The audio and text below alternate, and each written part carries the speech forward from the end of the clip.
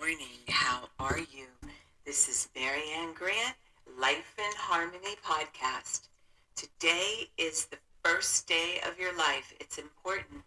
What are you going to do with it? Remember, I talked about cleaning up any of that residue that you left behind yesterday, mentally, physically, spiritually, financially, emotionally, or sexually. If you're down and out, depressed and angry, you're the only one that made the mess. You're the only one that can clean it up. Yesterday is gone and we are not promised tomorrow. This is it. This is all we have. All right, I'm going to go over the list of all the things that control us. Sarcasm. Sarcasm is anger, emotions, bad attitude, enabling, people-pleasing, not able to say no, drugs, alcohol, pills, relationships, sex, lust, love, anger, rage, porn, controlling everybody around you but yourself, distractions everywhere, then you have nothing but excuses, gambling, work, working out, food addiction, binge TV, phone, podcasts, news, caffeine, surgeries, pain, never having enough, being in a relationship with a man or a woman, mentally, physically, spiritually, financially, emotionally, or sexually abusing one another, or you may want to add to the list. Okay, today I want to talk about how we need to spread our love equally, the stages of our lives and how we cope and adjust. Let's talk about adjustment periods with all. Okay, so the importance of spreading our love equally. What happens is it goes back to that balance, where we work with our coworkers, when we're at home with our children. Somebody pays a price when we give somebody too much. I'll give you a prime example of how disruptive giving somebody too much love, too much of anything, how it could destroy their life. A fantastic book to read is The Glass Castle. It is just so profound about everything about life. Mom and dad starting out in the garbage cans in New York City. It's a true story. And they had like 5 kids, and the one girl was absolutely beautiful. And they did skiddly diddly do through their lives and getting over and didn't want to work. They are exactly where they are. People are where they are because they put themselves there. And it's so funny how people say, no, they're not. Yeah, we put ourselves where we are. Well, the one girl, the neighbors and everybody loved her more, gave her more, pampered her more because she was beautiful. You know what's funny? At the end of this story, all the kids were successful and could cope with life except the one that was pampered, enabled, and coddled by everybody wherever she went. Wherever she went. I'm here to tell you the damage we do when we overdo anything, overlove, overgive, overcoddle. It's really deleterious to our growth. I see this more and more in my business and with working with people. It's absolutely the worst thing that you can do. You need to teach everybody you love how to survive, how to work, how to do their part, or else they're going to be in a lot of trouble. And that's one of the greatest gifts my dad gave me. And the different stages that we go through with our life, with our family, with our friends, we all go through different stages, different adjustments. So things change, and this is where change comes in. And if you're not open to a new way, a new life, what you did 5 years ago, what you did 10 years ago, everything changes. And that's what growth is all about, and teaching you how to be more flexible, be more loving, be more caring, but do it in a way to where it's balanced and not too much of anything. And watch how much better your day goes. So for today, I want you to back off with all the people that you overdo anything with. Back it off. Back it off. Make them step it up.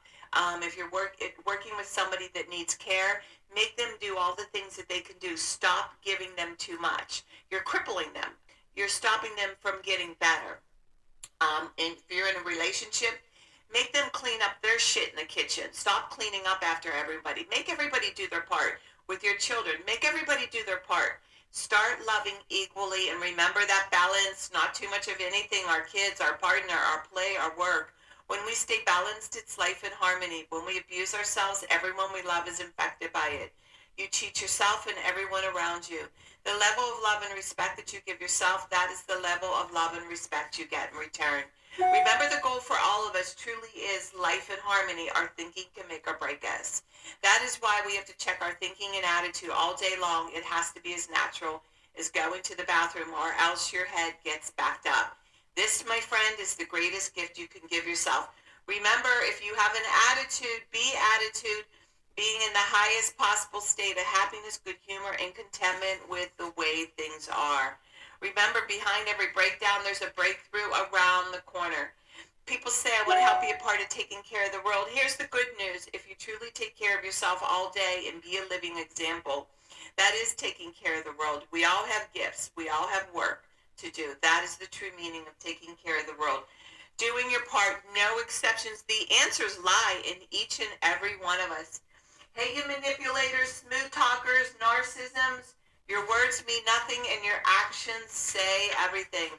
I'm going to read a beautiful saying by Louise L. Hay. Addiction, you're running from yourself, not knowing how to love yourself. Deep at the center of my being, there's an infinite well of love. I now allow this love to flow to the surface. It fills my heart, my body, my mind, my conscious, my very being. It radiates from me in all directions and returns to me multiplied. The more love I use and give, the more I have to give. The supply is endless. The use of my love makes me feel good. It's an expression of my inner joy. I love myself, therefore. I take lovingly care of my body. I lovingly feed it nourishing foods and beverages. I lovingly groom it and dress it, and my body lovingly responds to me with a vibrant health and energy. I love myself, therefore I provide for myself a comfortable home, one that fills all my needs and is a pleasure to be in. I fill the rooms with vibration of love, so all who enter, myself included, will feel this love and be nourished by it.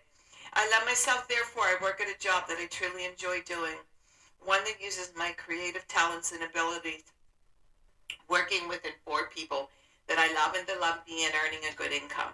I love myself, therefore I behave and think in a loving way to all people, for I know that what I give out returns to me multiplied. I only attract loving people in my world, for they are mere what I am. I love myself, therefore I forgive totally and release the past and past experiences. I am free. I love myself, therefore I live totally in the now, experiencing each moment as good, knowing that my future is bright and joyous and secure. For I'm a beloved child of the universe, and the universe lovingly takes care of me now and forevermore. And so it is. Trust the process. All I need is taken care of. No more questioning. Louise L. Hay. Beautiful. Okay, I'm going to read a little part from the book of Discipline is Freedom. Jock Willick, and this book is dedicated to his SEAL friends, Mark, Mike, and Ryan. Again, we can all be warriors and SEALs in our own life. It's all in how we do it. This one is on weakness. Do I have weakness? Am I nothing but weakness? Am I not naturally strong or fast or flexible? I am certainly not the smartest person in the world. I get emotional over stupid things. I eat the wrong foods. I don't sleep enough. I procrastinate and I waste time. I care too much about meaningless things and not enough about important things. My ego is too big. My mind is too small, often trapped inside itself. Now, all that being said, I have a saying. A person's strength is often their biggest weakness, but their weakness can become strength. Me, I am weak in all those ways. I am weak, but I don't accept that. I don't accept that I am what I am, and that is what I am doomed to be. No, I do not accept that. I'm fighting. I'm always fighting. I'm struggling, and I'm scraping and kicking and clawing as those weaknesses to change them, to stop them. Some days I win, but some days I don't. But each and every day I get back up and I move forward with my fist clenched toward the battle, toward the struggle, and I fight with everything I've got to overcome those weaknesses, those shortfalls, and those flaws as I strive to be just a little bit better today than I was yesterday. Beautiful. This reminds me of growing up and always feeling like the most stupidest one in the family. Report card day. I used to beg my brothers and sisters not to tell Daddy so I could go out one more day because I knew I was going to get a beating and I was going to be grounded. I always felt the stupidest, the dumbest, the weakest growing up, but I knew my strengths. And my strengths, I was physical. I could do sports, and I took pride in work. And my weaknesses were learning, paying attention, and sitting still. So as time went on, and when Joe went away to prison, it allowed me, I went back to school and went in the field for social science, and that's when I started working with the abused children. And my psychology teacher said, Marianne, you could teach this class better than I can. And I said, there's no way in hell I'll go to school for 7 years and do what you do. I'm going to create it my own way. And that's what I did. I went and got educated, did courses that I believed in. I wanted to learn about people all over the world. I wanted to learn how they did it and why they did what they did. I read like ferociously and started educating myself with the things that I thought was important.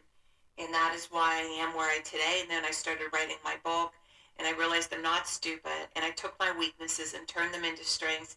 I would fall and get back up. I would fall and get back up, down to when Joe was away with my kids, raising my kids. Fall, get back up, feel the pain, get back up, and keep going, keep going. I stayed focused and keep going. Slow and steady wins the race. And what I've learned in my own life, I really, success is truly what you do today, and that's why I'm doing the podcast, to be the best person you can be. And one of the best things that what happened for me was staying in the day. You can do anything for 24 hours, and you don't have to worry about the past, and you don't have to worry about the future. And I had to clean up my whole mess to get here, to be here. So today, what I want you to do is really look at whatever mess you have made in your life. Start with one thing. Start with one thing that you really want to clean up. And that's why I say do this podcast for 30 days to get your head right. Well, that one thing, and do that podcast for 30 days and watch how your thinking starts to change. Watch how you start to change. Watch how your attitude starts to change. And next thing you know, once you knock out one, then you can knock out another, then you can knock out another. You just need to learn how to get started and how to do it. And next thing you know, you're on the path to success in living your life in harmony. And remember, work on one thing at a time. Eventually it will be a way of life. Don't do too much of anything. Balance is most important. I am clean and clear of all diseases and negative thoughts. What's controlling you? I accept today where I am powerless. I have control where I have choices. I will reach out for help and use my tools today. I accept today and understand the only person I can change or regulate is myself. I will take time to hug and kiss the loved ones around me. I will show my partner today how much he or she is appreciated, needed, and loved. I will speak up for myself today, be true to ourselves. The answers lie in each and every one of us. Everything we do is a practice and a discipline to master what we want. I will take charge of my life today and realize I'm in charge of all my decisions. I will know when it's time to bow out and let go and trust the process. I will set realistic goals for myself. I will get 7 to 8 hours of sleep tonight. I will set healthy boundaries around myself today. I will not allow anybody to speak to me with disrespect. I will make a conscious effort to eat healthy meals.